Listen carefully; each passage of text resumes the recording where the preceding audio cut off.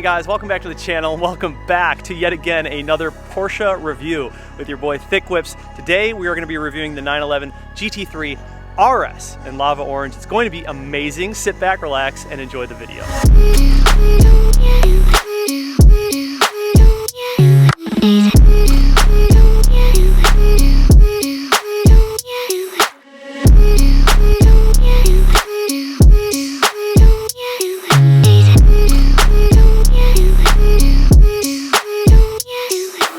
Also, you guys, make sure you check out the link in the description for the Into the AM t-shirts. Huge shout out to those guys for sponsoring today's video. I have a few different shirts by them and I wear them all the time. This is one of the more clean cut ones. It just has a little logo on the side, but more importantly, they fit and they feel really good. It's not easy to find t-shirts that are affordable, that fit well and look good. And Into the AM does a great job at that. So with the link in the description, you can get 10% off, and then you can also get a bundle, which will get you an additional 10% off. Make sure you guys check them out. What is happening, guys? We are back at Molinaro Motor Cars today. We are actually driving a GT3RS. So a step up from the previous two GT3s that we drove and the GT4. And it is in the lava orange color, which is actually stunning. Pretty cool spec, might have a tune on it. I haven't driven the RS version yet, so this should be really fun. It is a PDK. Let's get into it.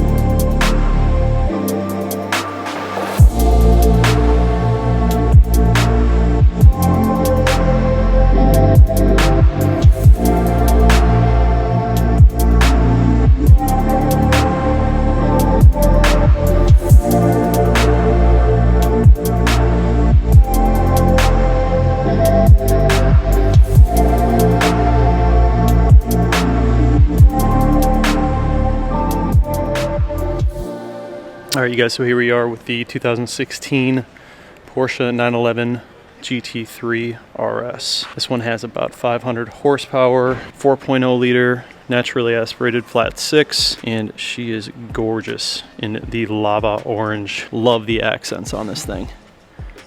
Beautiful interior, lots of Alcantara. Love the black and the orange. Of course, the orange roll cage. Absolutely stunning. Love how the RSs just have this massive wing. Just straight up race car version. But they look so good. They're so wide. So this one is tuned, running full E85, and I believe it has an exhaust and possibly downpipe. I think that's what this one's at. Either way, it's got to be well into the 600s. 600 horsepower. So factory though, these are about 500 horsepower, still super fast. We so far have driven that GT3, this GT3, and this GT4. So this will be the first time we are stepping into RS territory, and yeah, I'm excited.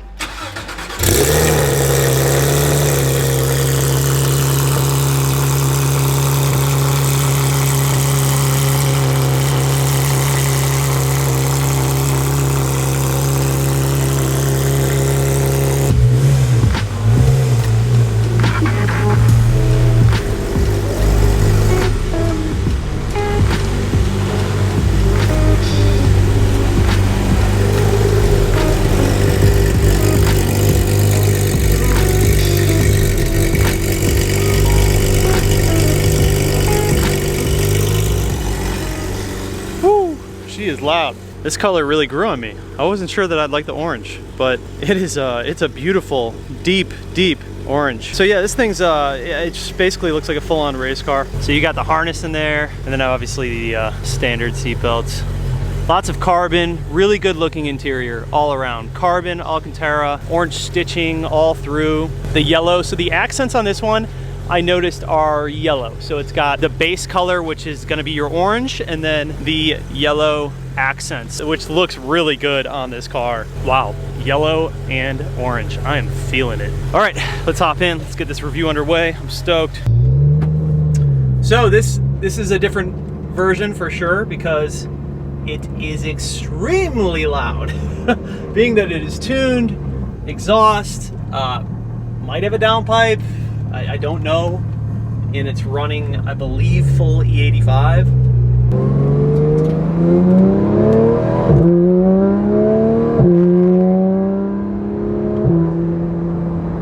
Okay, so that sounds amazing.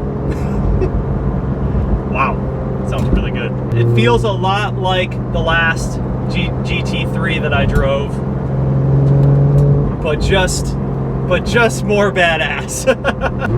It's just such a race car, man. Like, are you kidding me? Like, what?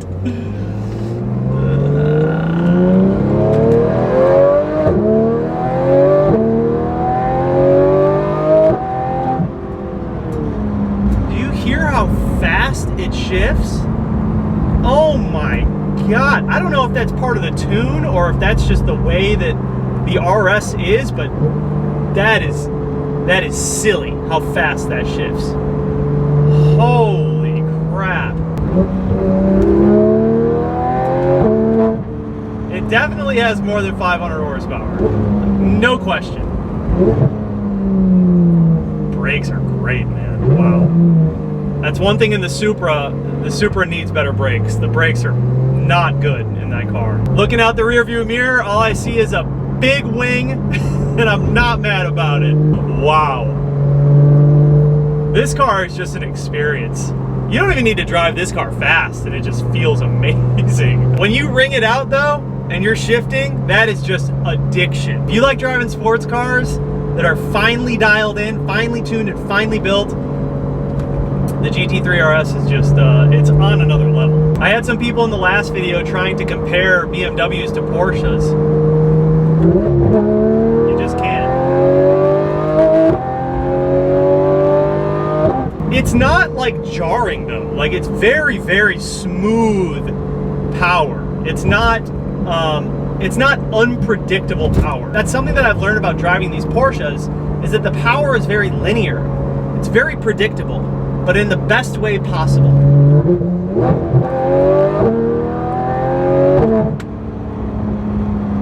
Unbelievable.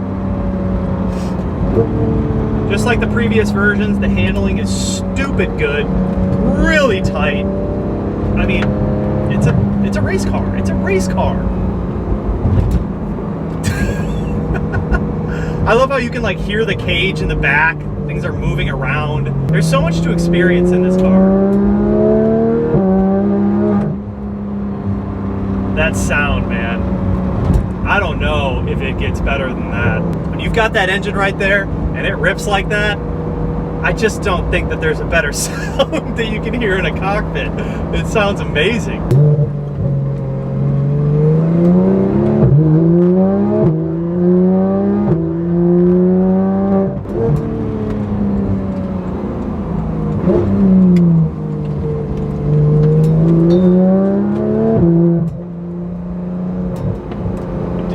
It's on rails. It's unbelievable.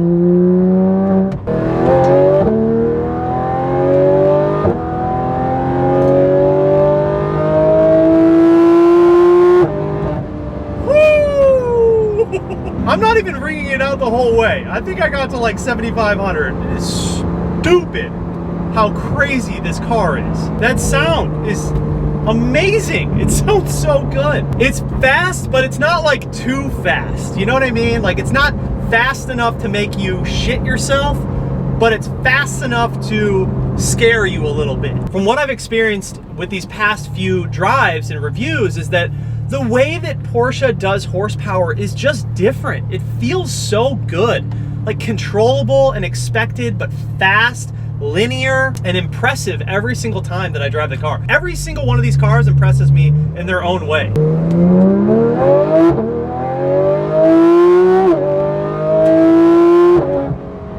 Man, when you get up there with those shifts, 7,000, 8,000, it just sets you back. It's like such a hard clamp. But this is why I love the PDK. Like, I could just drive this car every day, all day. It's so smooth. Stop and go traffic, no problem. This car can handle it. Fast, no problem. This car can handle it. So listen to how good that sounds. So it performs amazingly well, sounds really good, looks incredible. Between the GT2 and the GT3RS, like, these are the two cars that I think look the best out of all the Porsches. You guys have to feel a Porsche though. I mean, this thing is on rails. It's amazing how good it handles. There's zero body roll at all. It's so wide and so low to the ground.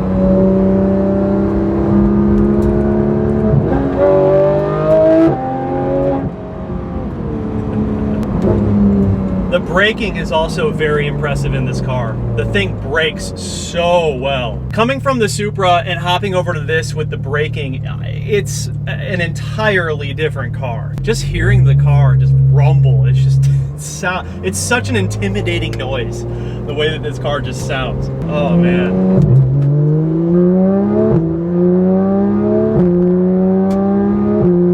Like, these are low shifts and it sounds so good, just like cruising.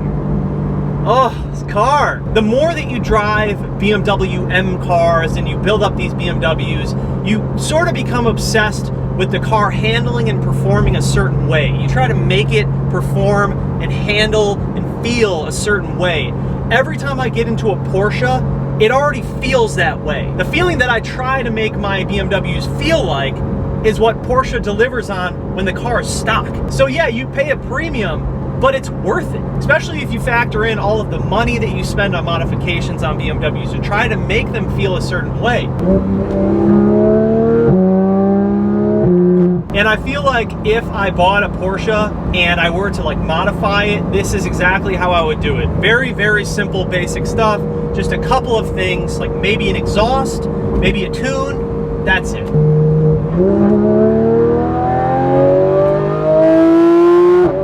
Like, I love building up these, you know, these BMWs and the Supra. I love it. And there will always be a place for that in my garage. But I will for sure also own a Porsche. I don't know which one I'm getting yet, but I will for sure also own a Porsche. There's also something to be said about having the Supra and the BMWs. They're just fun to tinker with. And you get that satisfaction of installing parts and seeing the difference and kind of building it up to this thing, where I feel like the Porsches are just an entirely different style of content. You just drive them and enjoy them, take them to the mountains, stuff of that nature.